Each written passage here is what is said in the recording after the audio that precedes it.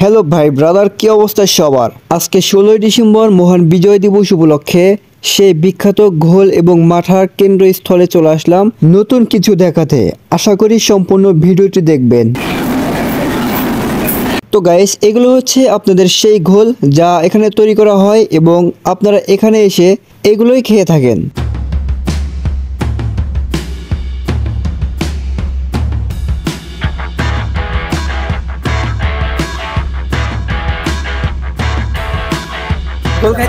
হ্যাঁ, আমরা ঘোল খাইতে আইছি। 16 ডিসেম্বর উপলক্ষে আমরা খাইতে আইছি আর কি। কিরকম এক্সাইটেড কত? অ্যাকচুয়ালি খাইলাম, ভালো লাগলো, এনজয় লাগলো। ভালোই কেনা বেচা হয়, মনে করেন যে এখন শীতকাল, তো এখন কেনা বেচা একটু কম কম। এখন ধরেন যে 16ই ডিসেম্বর এই উপলক্ষে চলতেছে আর কি। তো ফাইনালি ঘোল খাওয়া শেষ, এখন রওনা হলাম। এখানে গ্রাম বাংলার ঐতিহ্যবাহী হাঁস ধরা এবং বালিশ সহ ইত্যাদি ইত্যাদি খেলা উপভোগ করলাম। এরপরে আবার রওনা হলাম।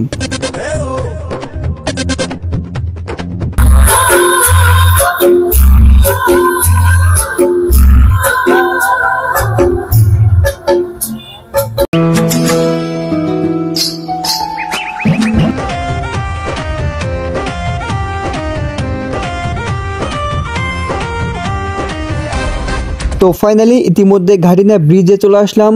তো অ্যাকচুয়ালি এখানে ব্রিজটি দেখার জন্যই সবাই চলে আসে, তাই আমরা সবার মতো এই ব্রিজটি উপভোগ করার জন্যই চলে আসলাম।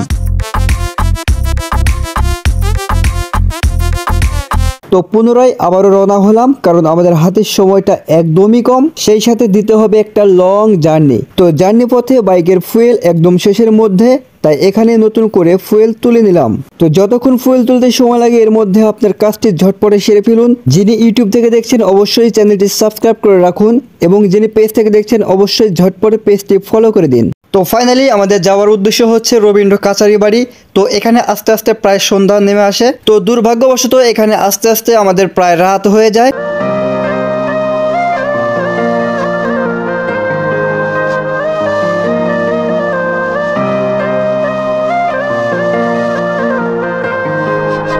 তো এখানে আসলাম অবশ্যই, কিন্তু কিছুই দেখতে পারলাম না, একদম গেট লক। তো পুনরায় রওনা হবার পরে আবারও একটা অনুষ্ঠান দেখলাম।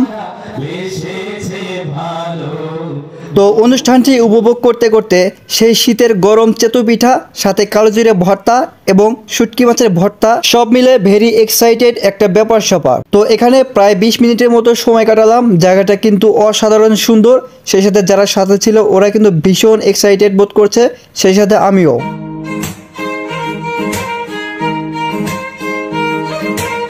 তো এখান থেকে রওনা হলাম একদম সিরাজগঞ্জের বিখ্যাত সেই গোলাম হোটেল সহ বেড়িবাঁধে। তো এখানে অন্ধকারের জন্য কিছুই ভিডিও করতে পারিনি। তো এখানে অযথাই সময় নষ্ট না করে ডিরেক্টলি বাহেলা মসজিদে চলে আসলাম, এখানে কিছুক্ষণ সময় কাটালাম। তো ফাইনালি এই কনকনে শীতের মধ্যে লং একটা বাইক ট্যুর করা হলো।